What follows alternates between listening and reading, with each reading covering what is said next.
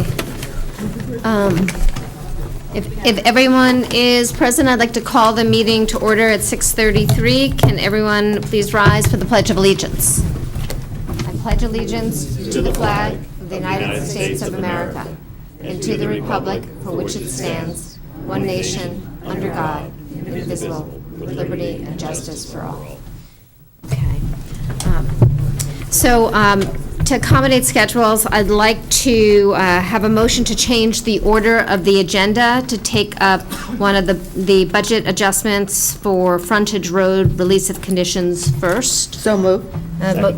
So we have a motion by Ms. Tarkington, seconded by Mr. Raymer to change the order of the agenda. All in favor, please say aye. Raise your hand. Any opposed? Any abstentions? Okay, that item has carried 12-0.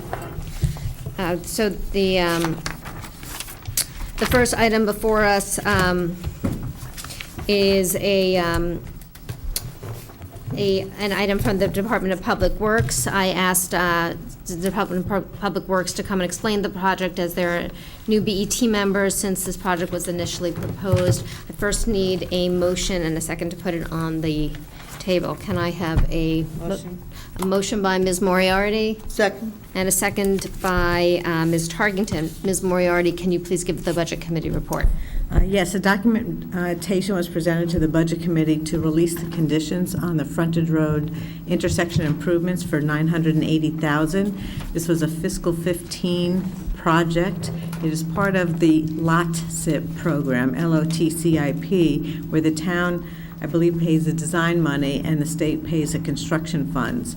The project had been delayed due to the town and state's inability to resolve the issues with the municipal master agreement, the MMA, that's going to cover the provisions of all the state grant projects. This was finally resolved in October of 2018. There was a letter issued to the town in November indicating that state funding is available for $1,080,000 for this project. The documentation that was given to the Budget Committee states that the project is ready to go to bid, and the DPW requests release of the funds. The vote at the Budget Committee was 3-0-0. Thank you, Ms. Moriarty.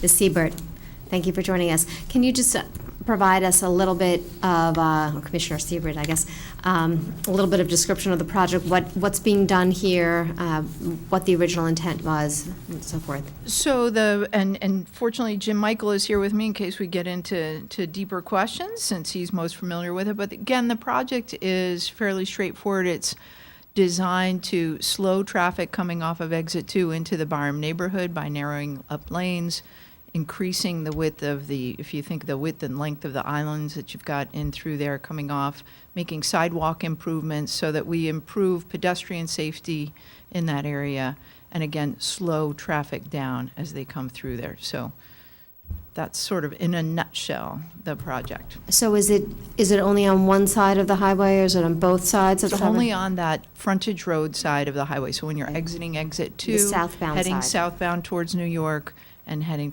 in towards Byram. So if you were to look at the little sketch that was in there, it's that frontage road area, and then why it shows it coming around is we have some improvements to the pedestrian crossings and sidewalk areas and so forth as you come around, so that we're going to make it better for people to be able to walk over to Byram Park, which is a positive thing, especially with the new pool and so on and so forth. So when they hit Byram Road, that's where you'll do the when you're talking about the... When you come off of the highway, if you're used to coming off the highway there at frontage, make sure I have myself oriented right. When you're coming off of there you come to a stop, and there's sort of a wide lane. It's almost like a lane and a half as you head down towards Byram there. So we're narrowing that up so it's quite clear. Stay there. It tends to slow people down when you narrow those things. It allows us to give better sidewalks through that area, give a better sidewalk width and so forth. So the sidewalks are going to be on So there are existing sidewalks in the area, and Mhm. we will be working on making them, putting in new sidewalks, and again, making that, that, we call it the island through there, longer. We have an opportunity to make it wider. When we do those things, when we look at pedestrian crossings, we can create refuge islands, if you're familiar with that idea, so that you have a place to cross, you have a place to stop within an island, look again as you're crossing the next lane of traffic. Okay. And when would you start the construction on that? Ideally, we'd like to get out to bid here, what we're hopeful this summer, I think, Jim, so that maybe in the fall we could get started with construction. We're still working out the final permitting and design details with DOT. Okay, and the I-95 work that's being done just further south there, that's going to continue, I'm going to guess, for the next year or so, right? Will the construction compound the traffic flow there? Shouldn't be an issue. I mean, that work is gonna keep going, and Okay. just need to run its course, and ours will take care of. Ours will certainly not be fun. As you know, whenever we do projects, we jokingly say we're out there to make everyone's life miserable. As we construct these things, of course, there will be traffic impacts while we deal with it, but when it's done, again, the idea is to just keep traffic flowing smoothly, but control some speeds in there, make it a bit more controlled. As we said, you won't be able to swoop through there anymore. I guess what I'm wondering is, because traffic has been so impacted by the New York State work on the other side of that exit, whether you're taking that into account in your construction planning for that neighborhood in particular. Well, we always look at what's going on in a given neighborhood while we're doing our work. But again, I don't think it should preclude moving this forward. I think it's certainly, we can have this move forward, and it will be okay. Mr. Mason? I don't see a reason to delay it No, any no, further. or just so. maybe Yeah. outreach to the community, That's always a because, right. standard part of Yeah. any I'm sure they're project. experiencing a lot of carryover from the Thruway project. Mr. Mason? So will this be like sort of our bridge projects? This appropriation will stay open until the work is done and they give you the final inspection down the road, and then it'll be one of those kind of projects where you'll see it carry for a while? Are they speeding up those reimbursements, Jim? This one's a little different. It will have less DOT involvement, but we still will have, from the end of construction, we have retainage that we hold to make sure that nothing fails over the first year. So we do keep the account open for a year after the complete. Right, because the bridges, sometimes they're open for 2 and 3 years afterwards. Yes. Right. They've gotten a little bit better, but yes, they can be. I think there's less paperwork review for these, I think. Less detailed paperwork review, which hopefully should make reimbursement quicker, but we can never predict. Okay. Any questions from the BET on this project or on the motion to release conditions? Okay. Okay, so hearing none, we have a motion made by Ms. Moriarty, seconded by Ms. Tarkington, to release the conditions on the frontage road intersection improvements. All in favor, please say aye and raise your hand. Aye. Any opposed? Any abstentions? That item has carried 12-0-0. Thank you for coming tonight.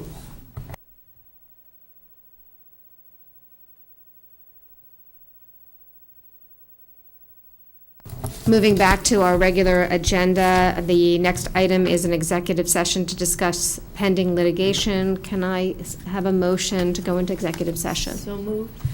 Okay, we have a motion by Ms. Crumick, seconded by Ms. Vasiliotis, to go into executive session to discuss pending litigation. All in favor, please say aye. Aye. Any opposed? Any abstentions? That motion has carried 12-0. We are back to our public session, and item 3 on the agenda, which is a request for budget adjustments. Because we moved one item forward, there is one request for a budget adjustment identified as non-routine on the meeting agenda that we have not yet dealt with. Can I have a motion to move this item? Ms. Crumick? I'd like to move that we appropriate $8,000 for the settlement of Gerdo versus Town of Greenwich. Do we have to put 12 in? Yes, the full amount. All right. We'll put, then I correct that to 12,000. Okay, so it's, yep. 8,000? 8,000. Okay. Okay. So, so we have a motion by Ms. Crumick, seconded by Ms. Vasiliotis, to approve $8,000 settlement of Gerdau versus the town of Greenwich. Ms. Crumick, can I have the law committee report, please? The law committee took up this case, and they voted 2-0 to approve the 8,000 to settle this case. Okay, is there further discussion on this item? Hearing none, all in favor, please say aye and raise your hand. Aye. Any opposed? Any abstentions? That item has carried 12-0. Okay.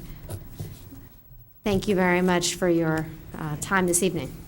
Okay. Which brings us to item 4 on the agenda, which is the assessor's report. Ms. Elliott.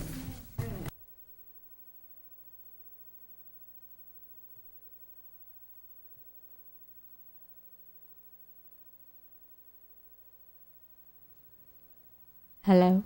There it is. Okay. I'd like to present the assessor's report for April 2019. Currently, we are accepting applications for the senior tax relief. The filing period ends May 15th. We should be done with that shortly. Income and expense information requests were mailed out on April 11th. Those income and expense information was sent to all commercial property owners that lease out their space. Those are due back to the assessor's office by May 31st. We had revaluation bids. The RFP was put out, and we received 5 bids back. We will be holding interviews with the potential vendors in May. And finally, we are resuming our residential inspection for the 2020 revaluation. So starting this week, maybe probably, the weather's not looking great for this week, but probably next week, we will be out measuring and listing the properties that we need to for the 2020 reval. We have roughly about 6,000 properties left to do, and hopefully we will do a majority of those this summer, so that we will not have that much left for the summer of the reval of 2020. Okay. Does anybody have any questions for me this evening? And the inspections that you're doing, are they both interior and exterior, or just exterior? If they're home and they allow us in, we get in. If they are not home, we do measure the exterior. And they also have the right to refuse us interior inspections if they so desire. Yes. Mm-hmm.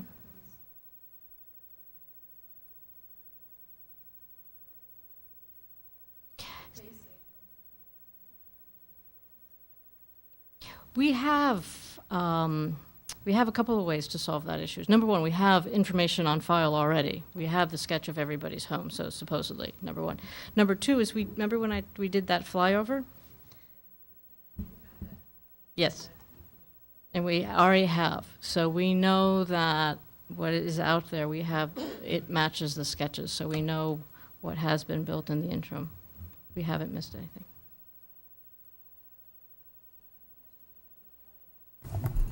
Okay. Ms. Tarkington? So I move that we accept the assessor's report. And I second that. Okay, we have a motion by Ms. Tarkington, seconded by Mr. Raymer, to accept the assessor's report. All in favor, please say aye and raise your hand. Aye. Any opposed? Any abstention? That item has carried 12-0. Thank you very much. Kathy, just for your records, we came out of executive session at 7:40. Motion made by Ms. Vasiliotis, seconded by Ms. Crumick. Mr. Mynarski, please present the Comptroller's report. Good evening, Madam Chair, and BET members. 2 quick updates. The part of the BET Nathaniel Witherall Planning Committee, Mr. Andy Deuce asked me for an update on the operations of the Nathaniel Witherall. You've gotten reports from O'Connor Davies on 17 and 18. through about 10, almost 10 months, they've got pretty severe revenue shortfalls. The expenses are breaking even, so the projections through about 9.5 months is for Nathaniel Witherall to come up with about 2.5 shortfall operating on a budgetary basis. That does not include the subsidy of about $2.7 million to go in there. And secondly, an update, Megan D'Amato's been on vacation since the audit committee of April 11th, but on April 11th, the risk manager, Megan, and Tom Klein, the IT manager, director, gave a presentation to the audit committee, and they talked at length about one of the potential fundings that are in the finance department budget for about $150,000 out of the $500,000 in the finance department's 130 line. As it stands right now, there's a task force. It's charged by the audit committee. It's headed by the risk manager. The IT director is Assistant Tom Klein. He's already done his assessment for Town Hall, but he's helping out overseeing the Nathaniel Witherall.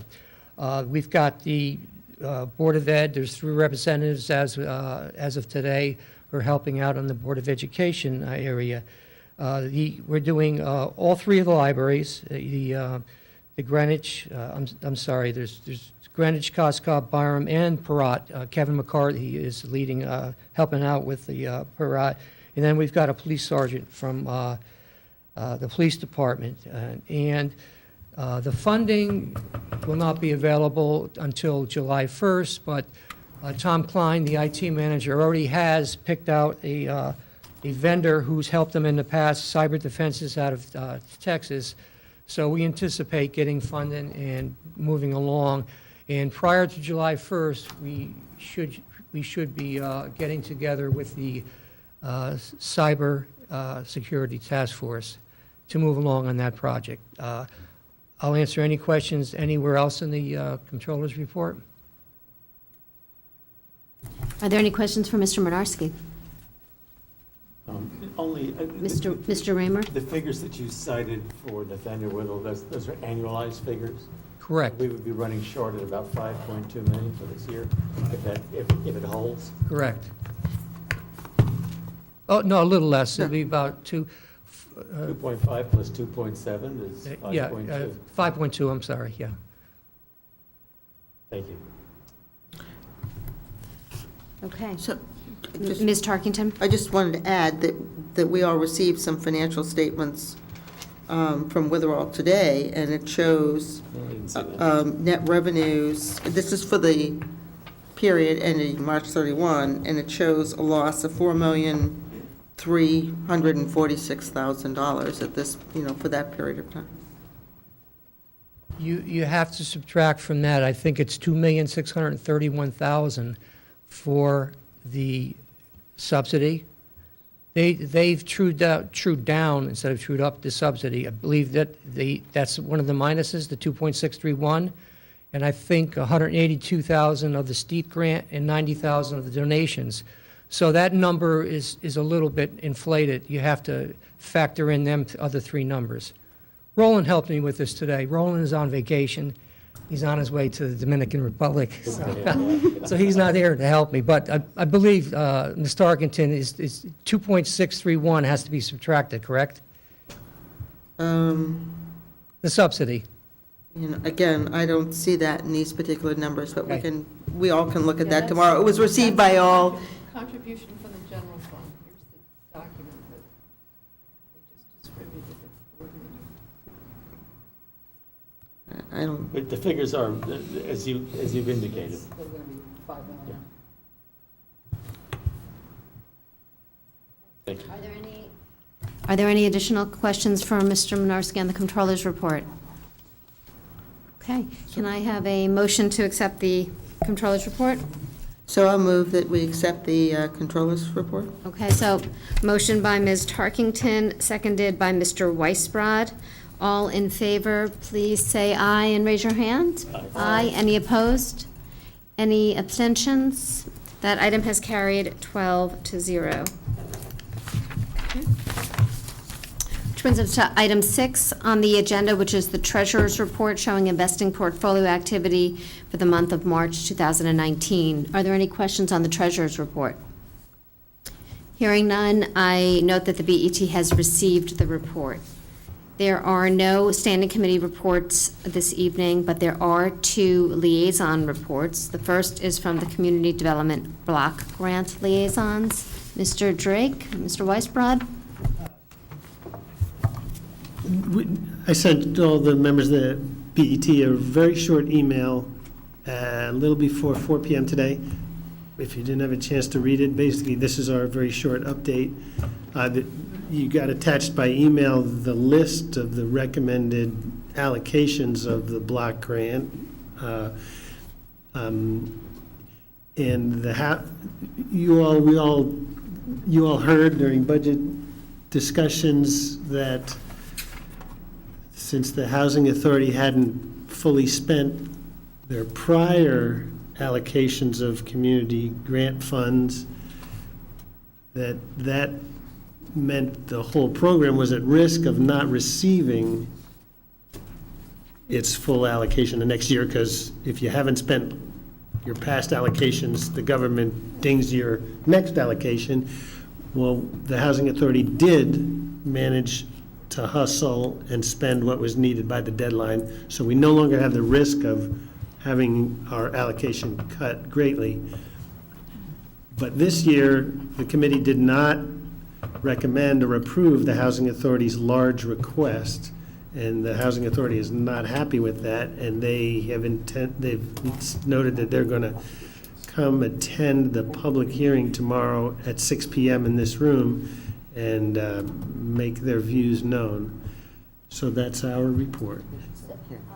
Thank you, Mr. Drake. So there's a public hearing on the block grant, recommended grant awards tomorrow evening.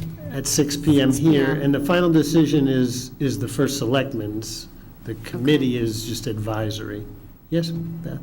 Bill, Mr. Drake, I haven't had the chance to go through the documents, but how much has the committee decided it would not give to the housing? What were they looking for?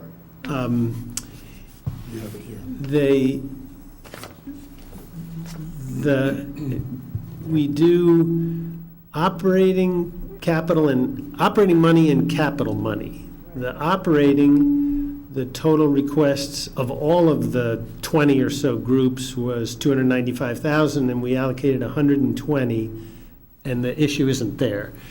On the capital side, the requests were $1,485,000, and the allocated amount was $882,000. The very largest of that $1,485,000 of requests was a $450,000 item for the Housing Authority to renovate the kitchens at the Wilbur Peck facility. That item alone was $450,000, or about a third of the whole requests. And that large single item, which is much bigger than any other item in that request list, was excluded. So the Housing Authority did get $62,000 for another item, but basically that big item for $450,000 was excluded. And this, Alexis Vulgaris runs the committee for the RTM, and the logic behind it was their slow activity in spending their money put the whole $1 million at risk, and that was something that sent the committee into an alarm state, and others as well. Did that answer what you asked? Yes. Okay. Thank you, Mr. Drake. Any further questions for Mr. Drake? Mr. Weisbrod, anything to add? No, just have to say that, just for the information of the BET, Bill and I voted in the same way on the advisory committee, and both of us will be attending the selectmen's meeting tomorrow at 6 p.m.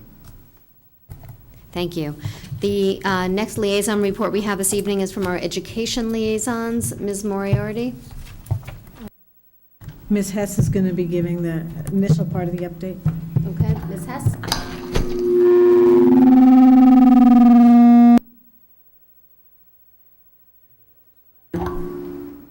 Okay, try it again.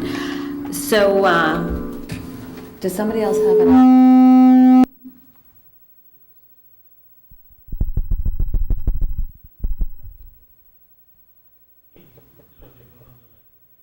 We have to turn it off? Okay, can you hear me now? Oh, so at the audit committee meeting last week, the interim super, Ralph Mayo, presented an update on where we are with the capital planning process. So what they're doing is, based on the existing contract that they already have with Bloom, they are going to do first stage of some of the recommendations that came out of the study, really focusing on the policies and procedures over tracking, monitoring, et cetera. That contract can go until it had an end date of July 31st. So they're going to be focusing on those items, and the money that they're going to spend, which will come out of their budget, is approximately $15,000. Also, what was discussed was that, there is some money that's in the budget, proposed in the budget for next year, that would be used for capital planning, not only for the Board of Ed, but would also benefit for the town. That is the scope that would, to be determined, but that would also just cover some of the other recommendations that are also made as part of the Bloom-Shapiro report. Thank you.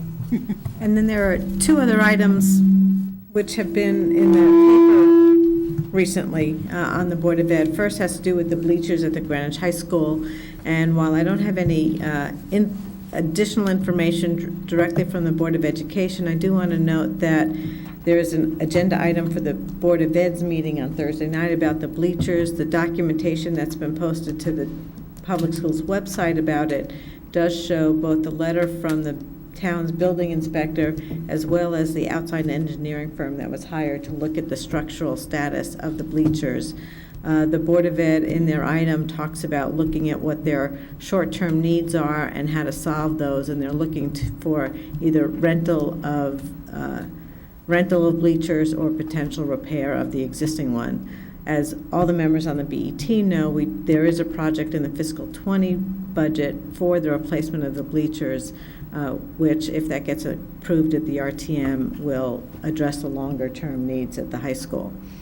The other item, which there's been recent publication about, is the Western Middle School environmental remediation project.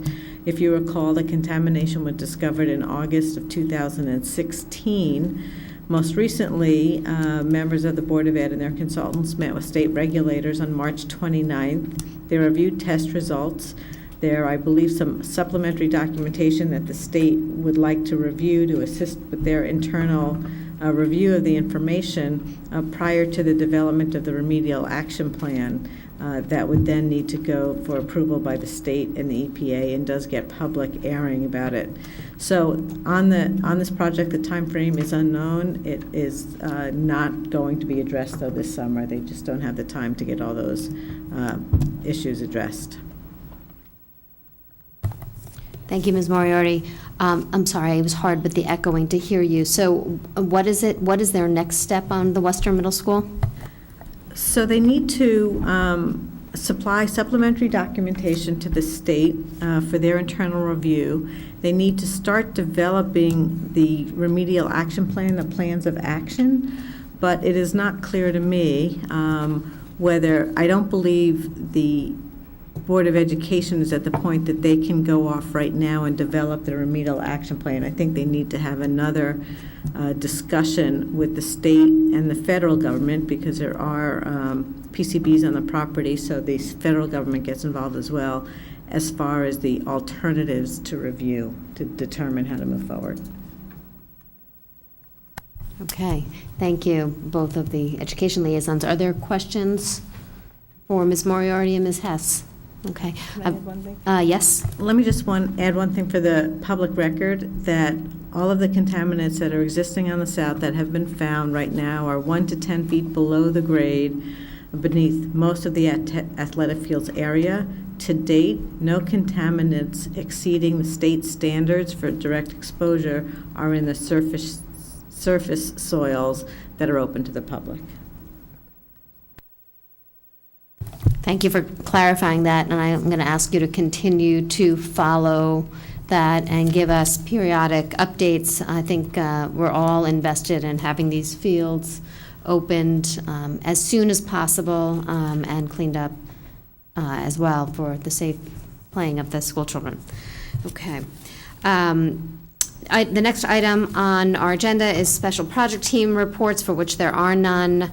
Again, no old business, no new business, which brings us to the chair's report, and I just have a couple of items to alert you to. We are starting the second month of RTM meetings to discuss the budget. In addition to the regularly scheduled RTM district and committee meetings, for which you have all received assignments, thank you in advance for your attendance and all of your prompt and informative reports. The Budget Overview Committee has scheduled some additional meetings, including an informational session on the town budget from the BOC's perspective on Monday, April 29th, 7 to 9 p.m., and the Debt Policy Working Group, a subset of the RTM Finance Committee, has scheduled an education session as well on May 1st, 7 to 9 p.m. You can find meeting information on the RTM website. The budget vote is scheduled for, RTM budget vote is scheduled for Monday, May 13th at 7 p.m., and we will follow that up the following Monday, May 20th, is the meeting at which we set the mill rate. And the last meeting announcement that I just want to highlight tonight is that the May BET Budget Committee, which is scheduled for Tuesday, May 15th, following the RTM vote, so I hope they conclude their business early so that we can be well rested. There will be a presentation by the Department of Parks and Recreation on their strategy for ferry boat replacements. Leslie, Ms. Moriarty, do you want to add anything on that? No, what's intended is, I think we all did receive a copy of a consultant's report about ferry boats, but I will recirculate that to all members in case you haven't found that in your emails. Mr. Siciliano will be bringing in the consultant who prepared that report, so we'll be able, at that point, to review the information and ask questions of the consultant. There is no project in the fiscal 20 budget about ferry boats, but it will be coming in next year's budget. Ms. Hess, did you have something to?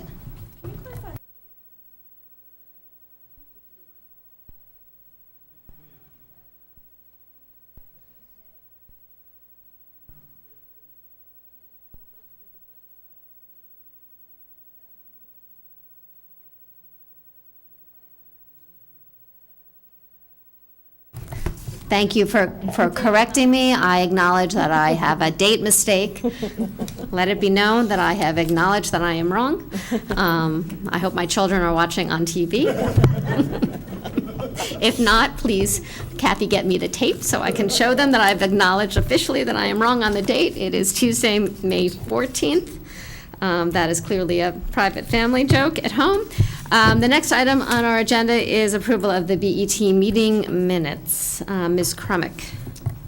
I'd like to make a motion to approve the minutes of the BET meeting that was the HDG presentation held on March 18th, 2019. Okay, we have a motion by Ms. Crumick, seconded by Mr. Raymer, to approve the March 18th, 2019 minutes of the joint meeting of the BET and Nathaniel Witherell Board of Directors regarding the HDG presentation. Ms. Hess. I'll try this again. I'd like to make a motion. I'd like to make a motion to postpone the vote of all of the minutes till next month. There's a lot of activity this past month. There wasn't a lot of time to actually really review all these minutes, so I'd like to request and make a motion to postpone it by 1 month. And all four, I just think it would be better than rather picking and choosing if we just took all 4 minutes and just postpone 1 month, please. Second. So we have a motion to postpone by Ms. Hess, seconded by Mr. Raymer. No, Sorry, Mr. Mason, sorry. we're interchangeable. Mr. Mason to postpone. I will open that up to discussion. I'm sorry they weren't done earlier. We certainly had a lot to undertake from each meeting, and we In cases where we had the opportunity, we went back and reviewed the tape, which is a long process. But if you feel that you haven't had a chance to read them, by all means, postpone it. I would only ask, though, that if you're going to come back with comments, that they be substantive, real need for change, and not typos and small nits with the way things are presented.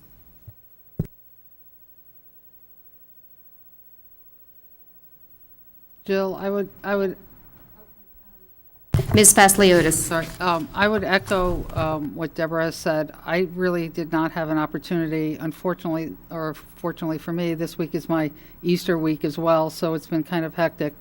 So I would respectfully ask that this board defer the approval of the minutes until we've had an opportunity to review them. And with all due respect to, with all kudos to Beth, I know that this was a large undertaking, and there was a lot to digest and a lot to write. But I do think we need the opportunity to really go through it and make sure that they are accurately reflected. Okay, Ms. Hess, if there's something new to add?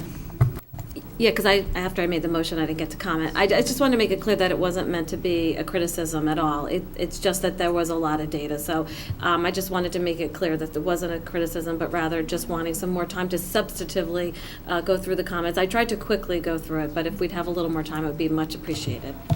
Okay, so if there's no further discussion on the motion to postpone, I'll take a vote on the motion to postpone by Ms. Hess, seconded by Mr. Mason. All in favor, please say aye and raise your hand. Aye. Aye.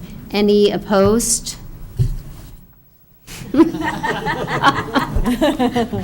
Any Any abstentions? All right, that item has carried 11 to 1, and the minutes will come back on next month's agenda. I'm encouraged by the detail that BET members put in ensuring that our record is correct and correcting all details, so go at it. We have a busy month, but start early. You now have copies of the minutes. Perhaps people could get Beth comments by the end of the week. Mr. Deuce. I move we adjourn. Okay, we have a motion by Mr. Deuce, seconded by Mr. Weisbrod. All in favor, please say aye. Aye. 8:09.